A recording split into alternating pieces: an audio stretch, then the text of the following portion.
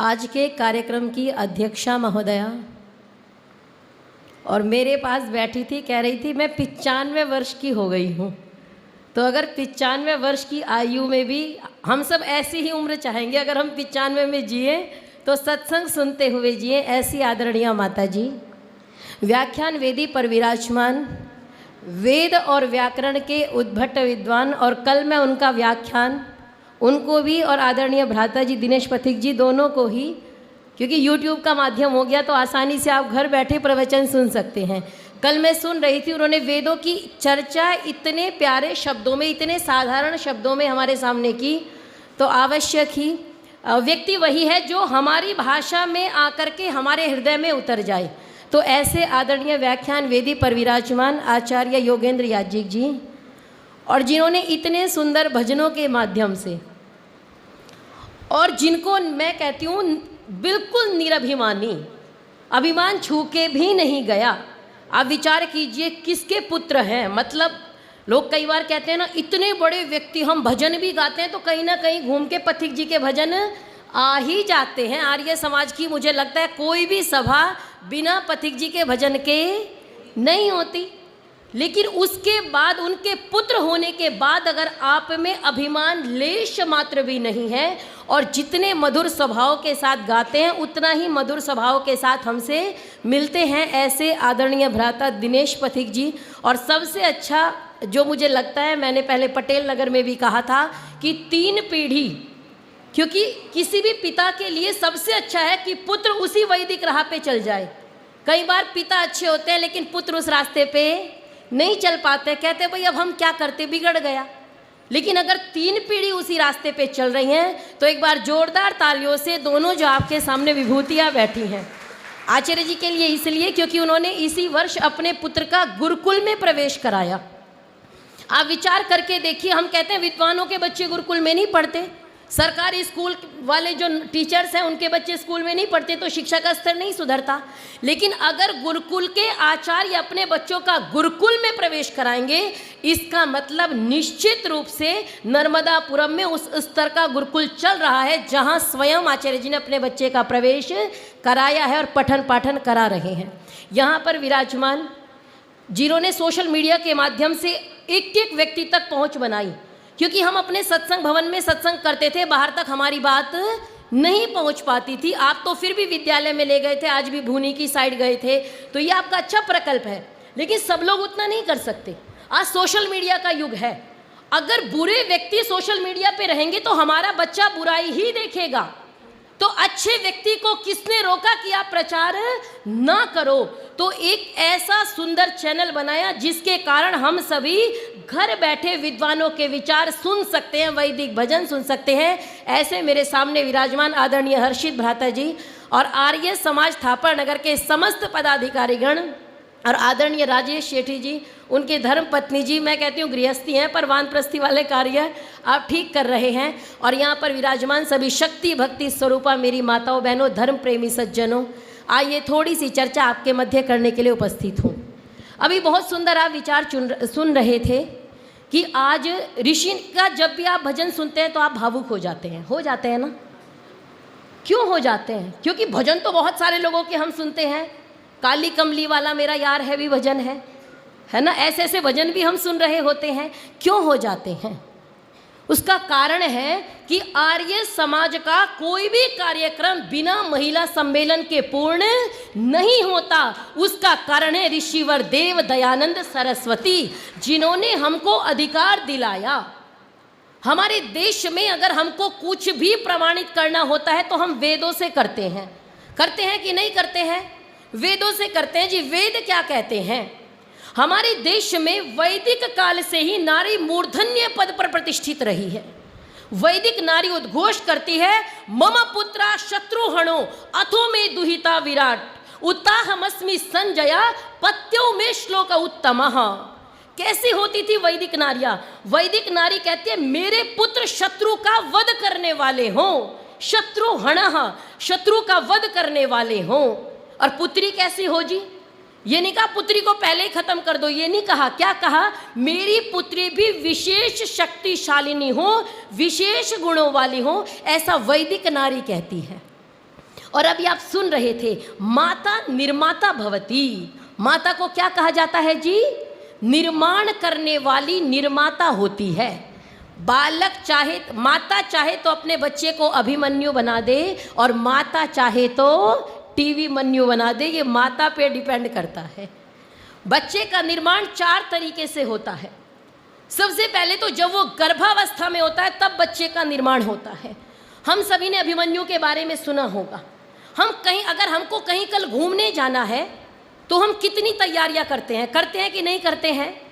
आपको यहाँ कार्यक्रम में आना था, आपने तैयारी की कि नहीं की? लेकिन बच्चे को दुनिया में लाने के लिए हम कोई तैयारी करते हैं क्या?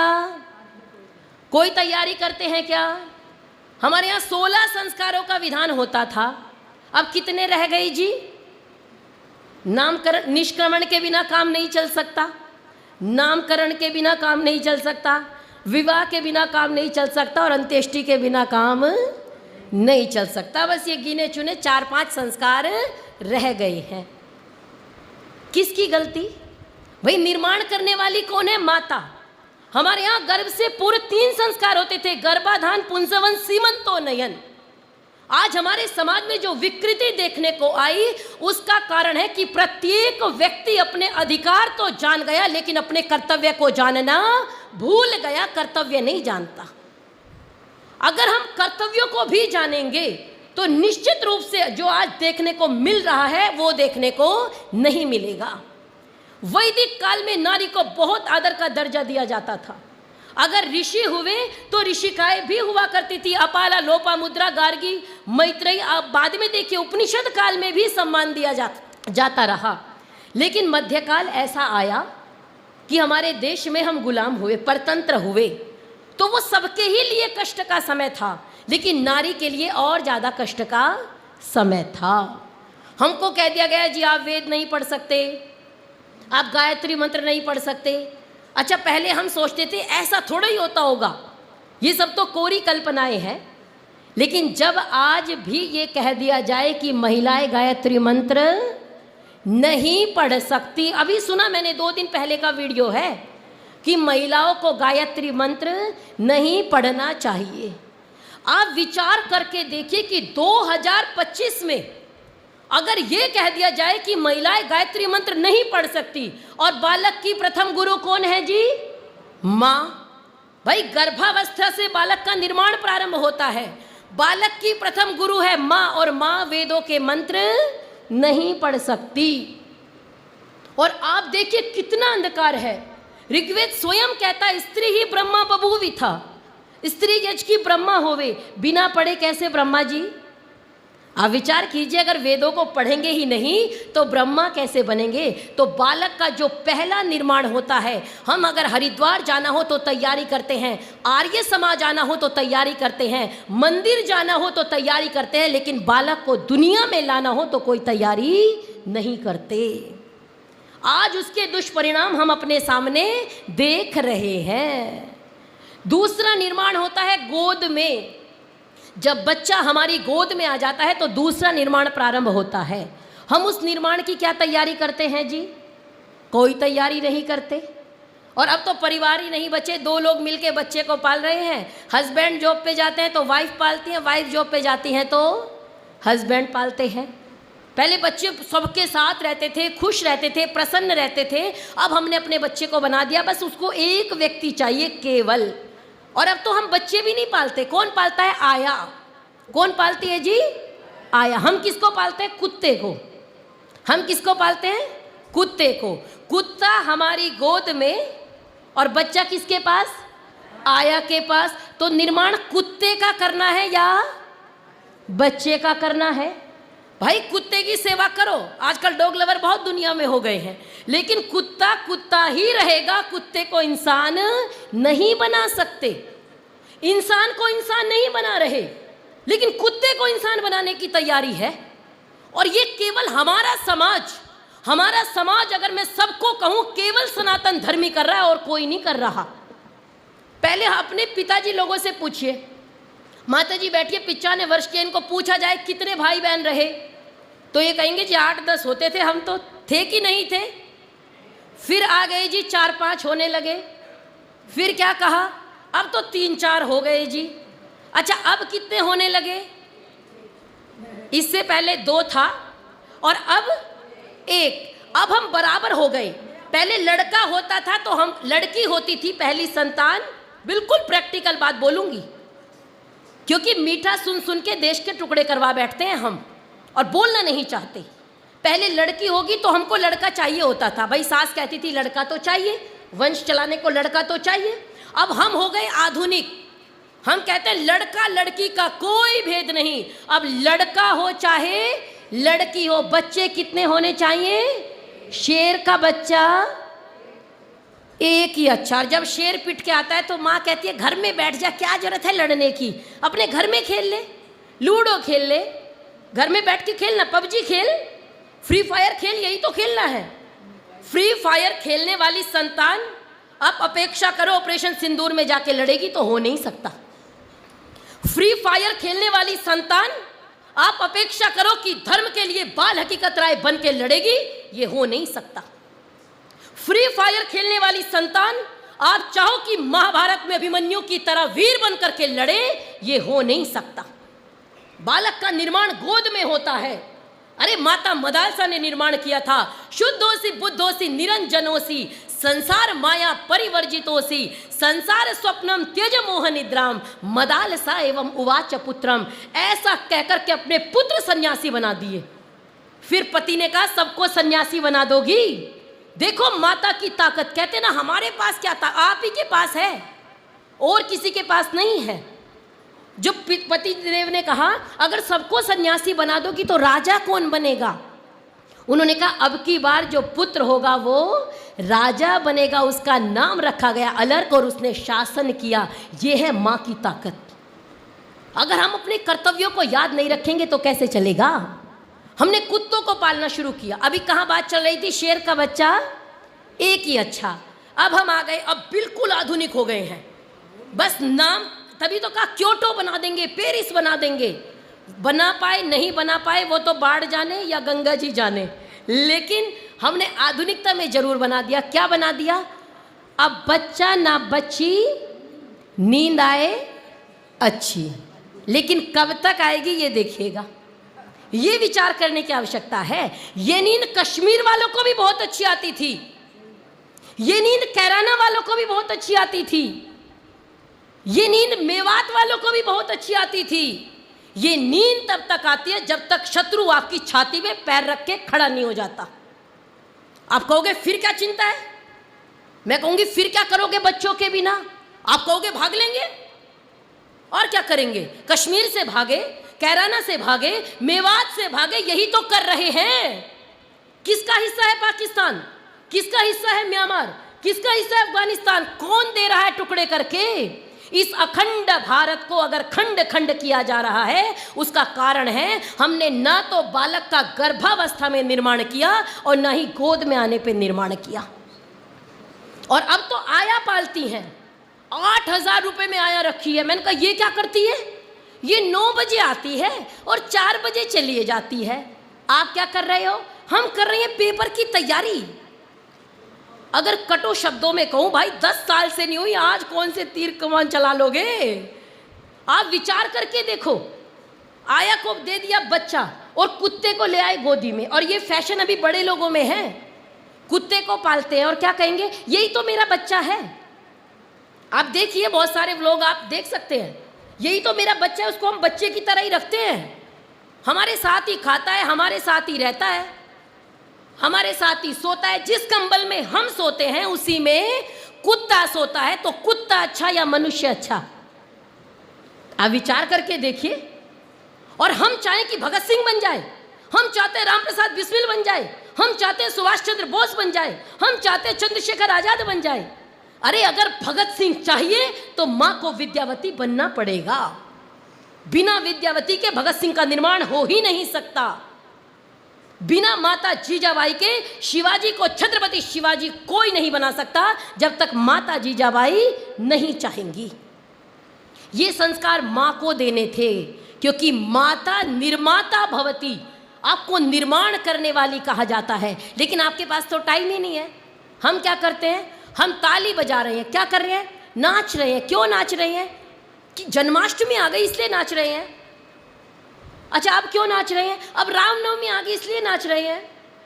अब क्यों नाच रहे हैं? अब कोई नया त्योहार आ गया, अब नाच रहे हैं। आप बताइए, हमारे यहाँ त्योहारों का मतलब होता था विशेष प्रेरणा देने के लिए जो आते थे, विशेष संकल्प करते थे। श्रावणी पर्व पे यज्ञोपवीत संस्कार हुआ करता था, हमने सब छोड़ दिया। अब हमारे चाहे हिंदू समाज कह लीजिए चाहे सनातन समाज, हमारे सारे त्योहार सिमट गए नाचने में। जन्माष्टमी आई, क्या तैयारी की कृष्ण जी की आपने? हमने जी कृष्ण जी के कपड़े पहना दिए। और क्या तैयारी की? डीजे मंगवा लिया कल। और क्या तैयारी की? अरे पानी वानी की बढ़िया व्यवस्था है। और क्या तैयारी की? खान पान की अच्छी व्यवस्था है। और क्या तैयारी की? अरे बहुत सारे, अब तो गणेश उत्सव में नाचने के लिए भी लोगों को किराए पे लाया जाता है। ये न्यूज आपने पिछले साल पढ़ी ही होगी। और आपको लगता है इन लोगों से धर्म बचेगा? आज मैं एक वीडियो देख रही थी, अभी आते हुए ही मैंने एक वीडियो देखी। एक व्यक्ति भागवत कथा कर रहे हैं, श्रीमद् भागवत कथा कर रहे हैं, और वो वीडियो आपको मेरी फेसबुक प्रोफाइल पे मिल जाएगी। वो कर रहे हैं या कर रही हैं, मेरे को नहीं पता उसका भेद। अब तक ये केवल वामपंथियों में होता था कि ये कर रहा है या कर रही हैं। अब वो हमारे मंच पे भी आ रहे हैं, धर्म का उपदेश दे रहे हैं। एक धर्म का उपदेश देते थे, श्री कृष्ण मरे हुए अर्जुन में जान डाल देते थे। हतो वा प्राप्स्यसि स्वर्गम जित्वा वा भोक्ष्यसे महीम तस्मादुत्तिष्ठ कौन्तेय युद्धाय कृत निश्चयः। ऐसा कहकर के कृष्ण जी ने अर्जुन को लड़ने के लिए तैयार कर दिया। और एक भागवत कथा कर रहे हैं। आपको लगता है धर्म बचेगा? हम गाने गाएंगे हिंदू समाज। और मैं आज महिला सम्मेलन में ये बात इसलिए कह रही हूं क्योंकि सबसे ज्यादा योगदान हमारा ही है, इनका नहीं है। आज देखिए महिला सम्मेलन में सबसे पीछे बैठे हैं कि नहीं बैठे हैं? स्वागत करने भी आप ही आगे आई। और ये केवल दोनों मिलके चलेंगे तभी होगा। ये जो वामपंथी विचारधारा है ना, देश को तोड़ने की विचारधारा है। अभी मैं सुन रही थी, डॉग लवर एक लड़की है, उसका बयान आया, पुरुषों को भी बाहर निकाल दो, इनका भी क्या काम है? अगर कुत्तों को तुम बंद करोगे, इनको भी बंद कर दो। ये जो जहर घोला जा रहा है, आज इस मंच से कहना चाहती हूं, अगर प्रताड़ित, अभी हमने एक शब्द का प्रयोग किया, आज भी लड़की प्रताड़ित है, वैज्ञानिक युग में भी प्रताड़ित है। लड़की अगर प्रताड़ित है, उसका कारण कोई भी पुरुष नहीं है। ये भी लिख के सुन लीजिए, कोई पुरुष प्रताड़ित नहीं करता, कोई ससुर दहेज नहीं मांगता। 99% आपको बात कह रही हूं। अगर हम कोई भी लड़की हो गई तो पुरुष नहीं कहेगा, जो कहेगी महिला ही कहेगी, पुरुष नहीं कह रहे हैं। हम अपने शत्रु स्वयं हैं, क्योंकि हमने दिमाग का प्रयोग करना छोड़ दिया। और क्या कहेंगे, सारी गलती पुरुषों की, पुरुषों को दुनिया से हटा दो। वामपंथियों की यही तो सोच है। हमने बराबरी चाहिए, बराबरी नहीं, आपको आदर का दर्जा दिया जाता था। वेद कहता है अगर आप वेद मंत्रों को जाकर के पढ़ोगे तो इतना सम्मानजनक स्थान है कि पूरी दुनिया में कोई मत मजहब संप्रदाय आपको इतना आदर नहीं देता जितना वेद देते हैं। कहीं आपको खेती कहा जाता है, कहीं हमको कहा जाता है आत्मा नहीं होती, लेकिन वेद हमको ब्रह्मा के पद पर बिठाते हैं। वैदिक नारी कहती है अहम केतु अहम मूर्धा अहम उग्र विवाचनी ममेत अनुकृतम पति सेहनाया उपाचरित। इतना आदर का दर्जा नारी को अगर दिया गया है तो केवल सत्य सनातन वैदिक धर्म में दिया गया। आज हम बराबरी की बात करते हैं, आज सशक्तिकरण की बात करते हैं। हम तो उस जमाने में सशक्त थे। आपने सुना होगा कि भारती और मंडन मिश्र और शंकराचार्य के शास्त्रार्थ कैसे हुआ था। हम वो सशक्त थे, हम वो सशक्त थे जब महर्षि याज्ञवल्क्य कहते हैं आओ तुम दोनों का बंटवारा कर दूं। बुलाते हैं मैत्रेयी और कात्यायनी को, और उनकी पत्नी कहती है क्या इसको पाकर के, धन को पाकर के मैं अमर हो जाऊंगी? तो कहते नहीं, धन को पाकर के तो अमर नहीं हो सकती। उन्होंने कहा ये ना अहम न अमृता स्याम तेन किम, जिससे मैं अमर नहीं हो सकती वो धन मुझे नहीं चाहिए। ये है सशक्तिकरण। और आज कौन सा सशक्तिकरण हो रहा है जी? आप विचार कीजिए, उत्थान है कि पतन है? अगर ये सिगरेट पिएगा तो मैं भी पीऊंगी, ये है सशक्तिकरण आज का। यही तो है सशक्तिकरण। अगर ये शराब पिएगा तो मैं भी पीऊंगी, और पीती है, हाँ मतलब देखिए माता जी कह रही हैं पीती है, आप विचार। और दारू नहीं कहेंगी, क्या कहेंगे? ड्रिंक करते हैं। दारू तो केवल गरीब आदमी पीता है, ये बड़े लोग ड्रिंक करते हैं। ये है बराबरी, ये है सशक्तिकरण। 12 बजे, अभी परसों की घटना है, 12 बजे पार्टी करने गई, 12:15 बजे वापस आई, कुछ अनहोनी हो गई, अब पुलिस करती रहे जांच। अब कोई पूछे कि हमारे परिवारों में अगर 10 बजे 9:30 बजे बेटा भी नहीं आएगा तो उसको भी पूछा जाएगा तू कहाँ था। लेकिन इसको कहेंगे तो पिछड़ी सोच है। अब कितनी पिछड़ी सोच में रह रही हैं, किस युग में रह रही हैं। अब तो बराबरी का समय है। अगर सिगरेट पीना बराबरी है तो बेशर्मी क्या है। अगर पुरुषों के बराबर में खड़े होकर शराब पीना बराबरी है तो बेशर्मी क्या है। महर्षि देव दयानंद सरस्वती ने हमको वेद पढ़ने का अधिकार दिलाया, शराब पीने का अधिकार नहीं दिलाया। ये बराबरी हमको नहीं चाहिए, लेकिन ये बराबरी नहीं करते। और ये केवल हुआ है महिलाओं के कारण, क्योंकि हमने कुत्ते को तो पाला लेकिन बच्चे को पालना भूल गए। अगर कोई महिला बच्चा लिए दिख जाए और आया ना हो और वो नौकरी करती हो, और ये नौकरी भी करती हो, बच्चा कैसे संभालती हो। यही करते हैं ना हम उसको खुद, हम पुरुषों की नहीं कह रही हूँ, वो तो हेल्प करेंगे, लेकिन हम क्या करेंगे, पिछड़ी सोच से देखेंगे, अरे कैसे पालती हो, कैसे कर पाती हो इतना सारा काम, मेरे बस की तो नहीं है, आया रख लो। अरे जब भगत सिंह का जीवन पढ़ेंगे, पढ़ के देखिएगा, युग दृष्टा भगत सिंह और उनके मृत्युंजय के पुरखे, उनकी माता विद्यावती को 4 बार सांप ने काटा। हमको लगता है कि ऐसे आसानी से बैठे और ऑन किया स्विच और आजादी आ गई। अरे महिलाओं ने कंधे से कंधा मिला के योगदान दिया, ये है बराबरी। माता विद्यावती अपने पुत्र से मिलने जाती हैं, और जब जाती हैं तो देखती हैं कमरा अस्त व्यस्त पड़ा है, तो वो देख करके कहती हैं ये क्या है। तो पता चलता है कि भगत सिंह के कमरे की अभी पुलिस तलाशी लेके गई है। और जब वो आती हैं, थोड़ी देर में भगत सिंह को पता लगता है मेरी माँ आई है, और पुलिस चली जाती है, तो भगत सिंह पीछे से आते हैं और अपनी माँ से मिल लेते हैं। उनकी माँ रात को लौट रही थी, बहुत तेज तेज चल रही थी, लेकिन रास्ते में पैर में सांप ने काट लिया। और विचार करके देखो, हम सांप को देख के कितना डर जाते हैं, छिपकली देख के डर जाते हैं, सांप तो भूल जाइए। सांप को ने काटा और वो माँ तेजी से चल करके घर आई और आकर के कहा मुझे सांप ने काटा और यहाँ तक मैं आ गई, अब तुम देख लो। घर वालों ने उनको ठीक किया। एक बार सांप ने काटा, कच्चे घर थे। आप विचार करके देखो, इस देश को संजोने के लिए, संभालने के लिए कितने लोगों ने खून बहा है, हमको समझ में नहीं आता। इसको बचाने की जिम्मेदारी हमारी है, क्योंकि हम निर्माता हैं। एक बार वो कच्ची मिट्टी लगा रही थी, तभी देखा सांप ने काट लिया। आज मुझे वो पंक्तियां याद आती हैं जब कच्ची मिट्टी का घर और वो बना रही हैं। कुछ लोग तो उस समय भी आसानी से चल रहे थे, अंग्रेजों की गुलामी कर रहे थे, लेकिन भगत सिंह का परिवार ऐसा नहीं था।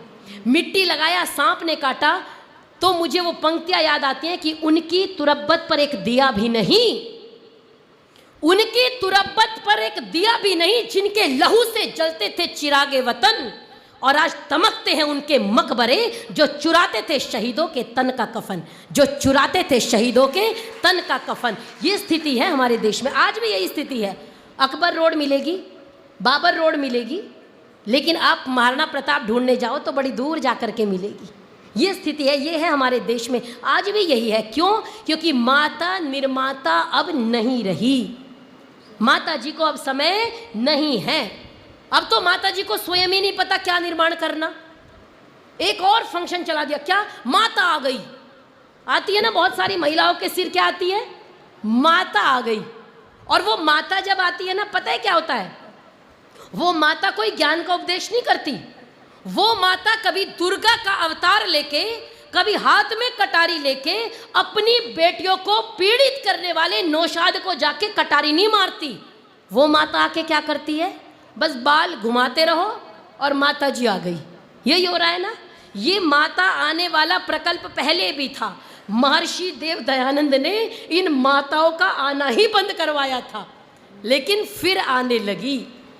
इनको कभी भगत सिंह नहीं आते, कभी झांसी की रानी नहीं आती, कभी झलकारी बाई नहीं आती, कभी रानी चेन्नम्मा नहीं आती, कभी दुर्गावती नहीं आती। कौन सी माता आती है? आज तक ये भी समझ में नहीं आया कि कौन सी माता आती है। और आपको लगता है वो माता निर्माता रहेंगी? निर्माता रहेंगी? जो आज तक स्वयं का ही निर्माण नहीं कर पाए, वो देश समाज राष्ट्र के लिए चलने वाली, देश समाज राष्ट्र का निर्माण करने वाली संतान कैसे उत्पन्न करेंगे? ये विचार करने की आवश्यकता है। बालक का निर्माण होता था गोद में। जब दुष्यंत पुत्र भरत खेलता था और कहता था कि जृंभस्वरे शावक दंतांते गणेश्यामी, इस मुंह को खोलो शावक, तुम्हारे दांत गिनने हैं मुझे। ऐसे पुत्र हुआ करते थे। ऐसे बेटे का निर्माण कौन करती थी? माता शकुंतला करती थी। हमने निर्माण करना छोड़ दिया। आजकल हमारे निर्माण होते हैं रील्स पर। यही तो हो रहा है जी। बेटी तो कम है रील्स पर, लेकिन माता ज़्यादा है। हम उस परंपरा के लोग हैं, हम उस परंपरा के लोग हैं जहाँ रानी पद्मिनी जैसी बेटियां हुई। हम उस परंपरा के लोग हैं जो किरणमयी जैसी बेटियां हुई। रानी पद्मिनी को खिलजी शीशे में देखना चाहता था। हमने शीशे में दिखाना भी स्वीकार नहीं किया। मुझे याद आती हैं वो पंक्तियां, परम प्रतापी मेवाड़ी माटी का गौरव गान सुनो, परम प्रतापी मेवाड़ी माटी का गौरव गान सुनो, समर भूमि में अड़ा खड़ा ललनाओं का सम्मान सुनो, सुनो प्रतिज्ञा की परिपाटी यत्नों का परिणाम सुनो, और बलिवेदी पर पृथक लड़ा वह भीषण रण संग्राम सुनो। बलिवेदी पर पृथक लड़ा वह भीषण रण संग्राम सुनो। सुनो कि कैसे लड़ जाते थे हम सम्मान बचाने को। सुनो कि कैसे लड़ जाते थे हम सम्मान बचाने को, और क्षण भर भी न विचलित होते अग्नि मध्य जल जाने को। नारी युग चल पड़ता है, नारी समूह चल पड़ता है सम्मान पुनः लौटाने को, और खिलजी विलजी मुंह की खाते प्रतिबिंबों तक आने को। खिलजी विलजी मुंह की खाते प्रतिबिंबों तक आने को।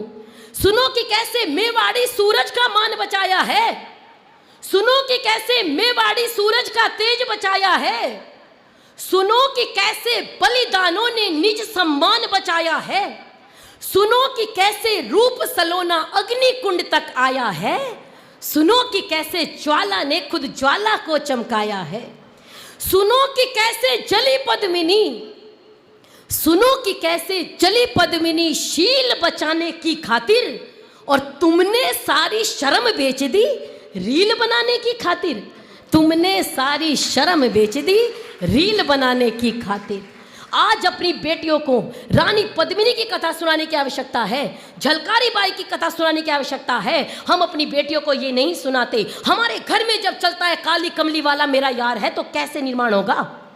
हमारे घर में चलता है मैया यशोदा ये तेरा कन्हैया, हम ही सुनते हैं जी, और कोई नहीं सुन रहा। श्री कृष्ण जी को आर्य समाजी कहते हैं महापुरुष थे। कहते हैं कि नहीं कहते? क्या कहते हैं जी? महापुरुष थे। और हमको क्या कहते हैं? तुम तो श्री कृष्ण को मानते ही नहीं हो। और वो क्या कहते हैं? श्री कृष्ण जी विष्णु जी का अवतार थे। चलिए जी, मैं दोनों पे सहमत हो जाती हूँ। अब आप मुझे बताइए, इस गीत को आप कैसे जस्टिफाई करोगे? मैया यशोदा ये तेरा कन्हैया, पनघट पे मोरी ये पकड़े है बैया, तंग मुझे करता है संग मेरे लड़ता। देखिए विष्णु जी के अवतार को हम कहाँ लाके खड़ा कर दिए। हमसे ज्यादा पतन किसी का नहीं हो सकता। और नाच भी कौन रहा है? हम। इन गीतों पे कौन नाचता है? इस्लाम वाले नहीं नाच रहे, ईसाई नहीं नाच रहे, सनातनी समाज जो श्री कृष्ण को महापुरुष कहता है, विष्णु जी का अवतार कहता है, वो सनातनी समाज नाचता है। मैया यशोदा ये तेरा कन्हैया, पनघट पे मोरी ये पकड़े है बैया, तंग मुझे करता है संग मेरे लड़ता, हाय मैं बची। बोल दीजिए। हाँ देखिए, सबको याद है, हाय मैं बची राम जी की कृपा से। मतलब कृष्ण जी आपके साथ क्या कर रहे थे जो आपको राम जी ने बचाया? बताइए तो सही। इसीलिए कहती हूं कि गाने से पहले विचार करना चाहिए। यही तो स्वामी दयानंद ने सिखाया। इसीलिए कहा जाता है निर्जीव आर्य जाति में फिर प्राण दिए डाल। ऐसे ही थे ये हिंदू समाज। हमारा समाज यही गा रहा था, इन्हीं पे ताली बजा के नाच रहा था। ऋषि दयानंद ने यही तो झकझोरा, सही रास्ता उन्होंने ही तो बताया, नहीं तो हम भी नाच रहे होते।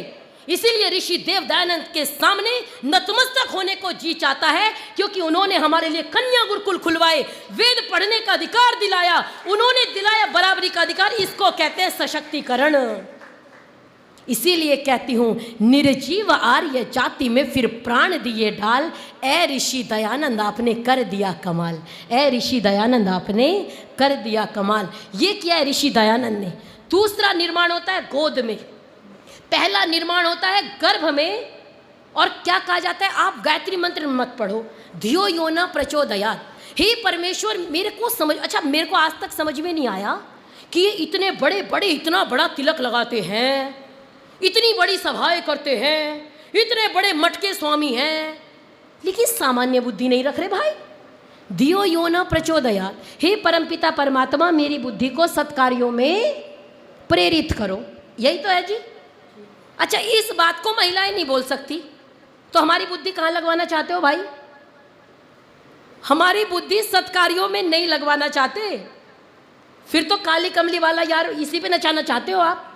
उसका कारण ये है कि जो आज नारियों ने अपने अधिकारों को पहचाना, अधिकार बराबरी का वो वाला नहीं जो चल रहा है, बराबरी का अधिकार होता है कि मेरी संतान का निर्माण कैसे हो, ये मेरे हाथ में है।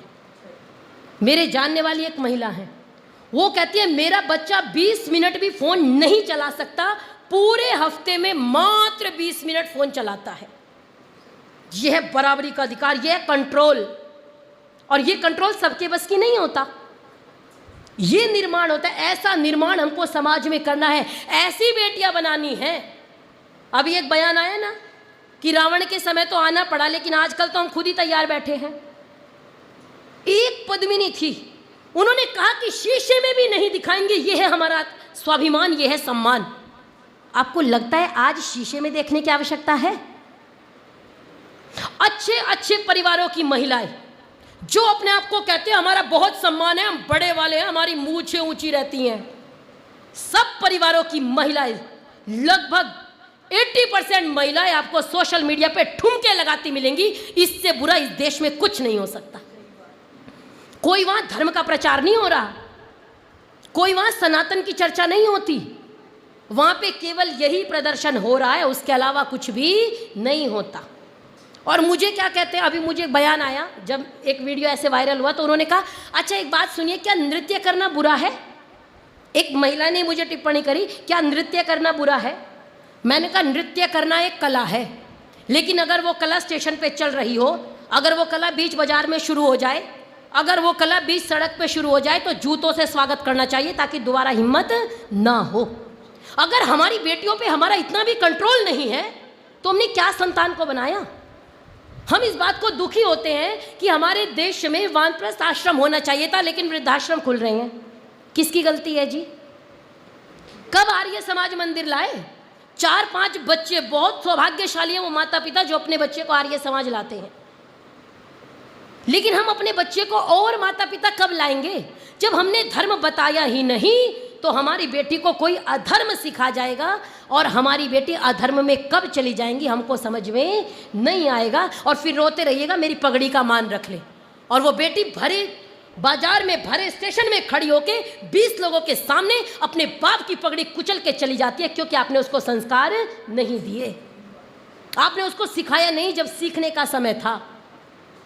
हमारी बेटी अगर बराबरी करती थी तो झांसी की रानी के जैसी करती थी।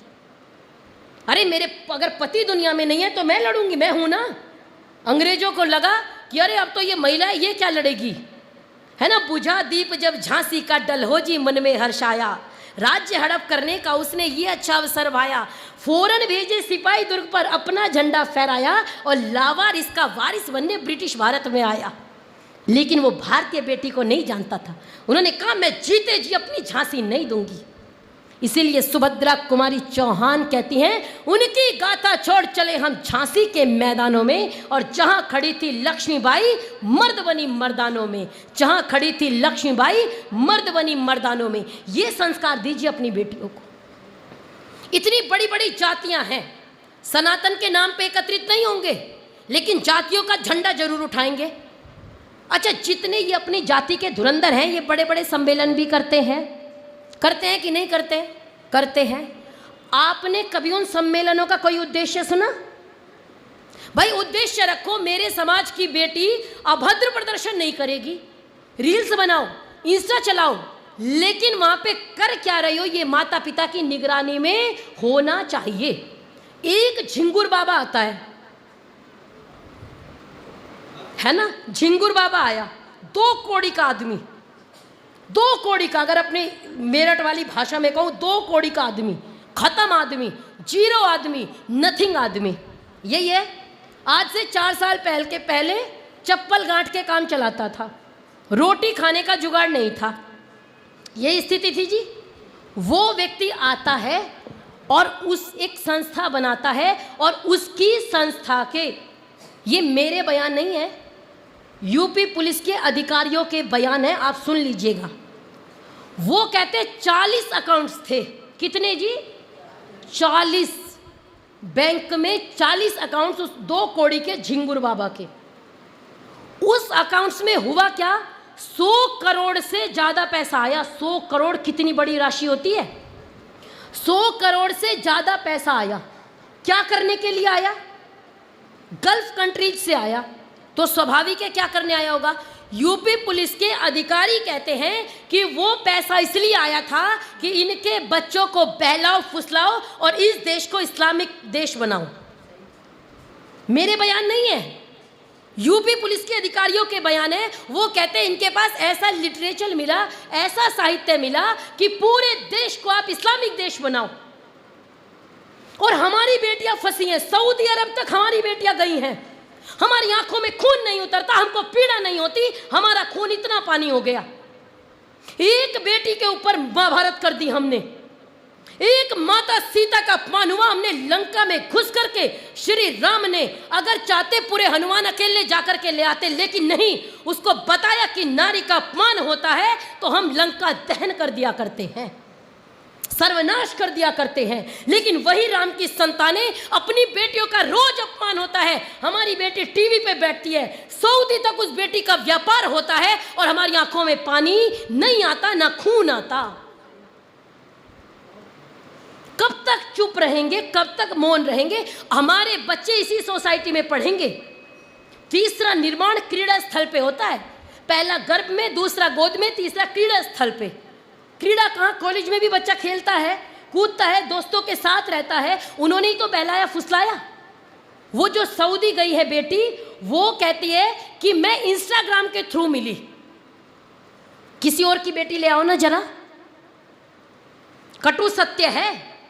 किसी और मत मजहब संप्रदाय की बेटी को फंसाने में आपको ना को चने चबाने पड़ जाएंगे, लेकिन हमारी बेटियों को फंसाना सबसे आसान है। और इससे भी बुरी बात कहूं तो उन्होंने रेट तय कर रखे थे।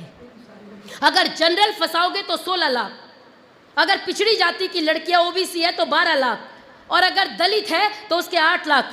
इससे बुरा इस दुनिया में क्या होगा कि हमारी बेटियों के रेट तय हो जाए।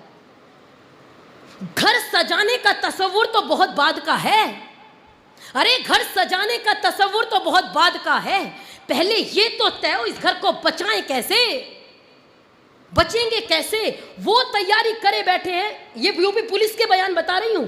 लोग हमको कहेंगे जी हिंदू मुस्लिम, हिंदू मुस्लिम नहीं है। मेरी बेटियों को फंसाओ और कहो प्यार मजहब नहीं देखता, यही तो सिखाया जाता है ना, प्यार मजहब नहीं देखता। अरे हमसे ज्यादा छूट कोई नहीं दे सकता। हमारे यहाँ स्वयंवर हुआ करते थे, हमारे यहाँ सम्मान हुआ करता था नारी का। लेकिन जो खेती मानते हैं, जो आत्मा भी नहीं मानते, अगर उनके साथ मेरी बेटी चली जा रही है तो हमको विचार करना चाहिए, सोचना चाहिए। हमारी बेटियों के रेट तय हो रहे हैं। हम शीशे में भी दिखलाना पसंद नहीं करते थे, ये स्वाभिमान था। कहाँ से चले थे और कहाँ आ गए। अतीत तो महान था, भविष्य भी महान है, लेकिन सुधर जाए जो कि वर्तमान है। अगर आज सुधर गए, आज संभल गए तो समय मिलेगा। हमको किन से लड़ना है? जिनको 100 करोड़ रुपए तक आ रहे हैं। हमारे पास है लड़ने की फुर्सत? नहीं है। हमारे पास काहे की फुर्सत है? पूरा दिन काम करते हैं, सुबह एक बार हमने भजन चला दिया, कौन सा? किशोरी कुछ ऐसा काम हो जाए, है ना। काली कमली वाला मेरा यार है, मैया यशोदा ये तेरा कन्हैया। नीलकंठ पे चढ़ के भोला, नीलकंठ पे चढ़ के भोला पी गया बाल्टी भांग। हमारे महापुरुषों के अतिरिक्त इस दुनिया में किसी भी समाज का इतना पतन नहीं हो रहा जितना हमारा हो रहा है। हमने स्वयं नाचना शुरू किया। जन्माष्टमी की तैयारी क्या होनी चाहिए थी? श्री कृष्ण चरित्र को हमें घर घर जाके बताना चाहिए था, लेकिन हमने वो छोड़ दिया। हमने क्या शुरू किया? नाचना। रामनवमी की शोभा यात्रा होती है, श्री राम की शोभा यात्रा। श्री राम कितने बड़े योद्धा, जो कहते हैं निशिचर हीन करऊ मई भुज उठाए प्रण कीनहा, मैं इस पृथ्वी को राक्षसों से विहीन कर दूंगा। और उनकी शोभा यात्रा में हम शोभा यात्रा निकालते हैं और क्या करते हैं? पिट के चले आते हैं। गलत बोल रही हूँ, सही बोल रही हूँ? रामनवमी की यात्रा पे हो गया पथराव। क्यों भाई? तुम वहां ताली बजाने गए थे, झंडों में डंडे नहीं थे? विचार करके देखो। हमारे घरों में बच्चे हैं, जब तक हम बच्चे थे, आज के बच्चों की मैं नहीं जानती, हमारा तो आज भी यही परिपाटी है। अगर स्कूल में लड़ाई हो गई, मेरा भाई घर आया, मैंने कहा बैग कहाँ? बैग तो जमा हो गया। मैंने कहा कहाँ? स्कूल में। क्यों? लड़ाई हो गई थी। तो मेरे पिताजी का पहला प्रश्न था, पिट के आया या पीट के आया? उसने कहा नहीं, पीट के आया। पीट के आया तो कोई बात नहीं, बैग तो हम ले आएंगे। ये परंपरा कहाँ गई? हमने ये परंपरा ही छोड़ दी। इन सभी मुद्दों पर अगर विचार करेंगे तो हिंदू समाज का जितना पतन हो रहा है शायद वो ना हो। 4 तरह से निर्माण होता है। पहला गर्भावस्था में, दूसरा गोदी में होता है, तीसरा क्रीड़ा स्थल पे होता है, और चौथा गुरुकुल में। गुरुकुल तो हमने बंद ही कर दिए ना। तो हमको आप लोग फिर भी प्रभात आश्रम से जुड़े हैं, आदरणीय सेठी जी वहाँ जाते रहते हैं, आप लोग काम कर रहे हैं। अगर हम सभी को अपने संस्कारों को पुनः लाना है, पुनः देश को विश्व गुरु के पद पर प्रतिष्ठित करना है, तो वेद के रास्ते पे लौटना पड़ेगा। और विशेषकर माता को, फिर कहूँगी विशेषकर माता को, क्योंकि आपका कर्तव्य ज़्यादा है। गुड़िया जैसे शौक तुम्हारे गुड़िया सी बन जाती हो, गुड़िया जैसे शौक तुम्हारे गुड़िया सी बन जाती हो, और वीर प्रसूता होकर भी पल पल क्यों नीर बहाती हो। शक्ति स्वरूपा हो तुम तो जगदम्बा की अवतारी हो, और क्या दुर्योधन क्या दुशासन तुम स्वयं काल पर भारी हो। क्या दुर्योधन क्या दुशासन तुम स्वयं काल पर भारी हो। इतना आदरणीय स्थान आपको दिया गया, हमको विचार करने की आवश्यकता है। महर्षि देव दयानंद सरस्वती ने हमको इतने अधिकार दिलाए, लेकिन आज हमारे देश की जो परिस्थितियां हैं, आज का जो समय है वो बहुत कठिन है। लोकतंत्र, लोक माने लोक, लोग, जिसका समाज उसका तंत्र, जिसकी लाठी उसकी भैंस। तो हम सभी को विचार करने की आवश्यकता है। अंतिम में 2 पंक्ति कह के वाणी को विराम। एक बार मैंने जरा सा सूर्य से कुछ यूं कहा, एक बार मैंने जरा सा सूर्य से कुछ यूं कहा, आपके साम्राज्य में इतना अंधेरा क्यों रहा? तम तमाकर वो दहाड़ा मैं अकेला क्या करूं, तुम निकम्मों के लिए मैं ही भला कब तक लड़ूं। सूर्य की आराधना के चक्करों में मत पड़ो। किसने क्या किया, सरकार ने क्या किया वो मत देखो। सूर्य की आराधना के चक्करों में मत पड़ो। संग्राम ये घनघोर है, कुछ मैं लड़ूं कुछ तुम लड़ो, कुछ मैं लड़ूं कुछ तुम लड़ो। महर्षि देव दयानंद की, महर्षि देव दयानंद की। एक बार पूरी शक्ति के साथ, मातृशक्ति कहा जाता है ना, थोड़ा सा आलस्य को छोड़ के, महर्षि देव दयानंद की। धन्यवाद।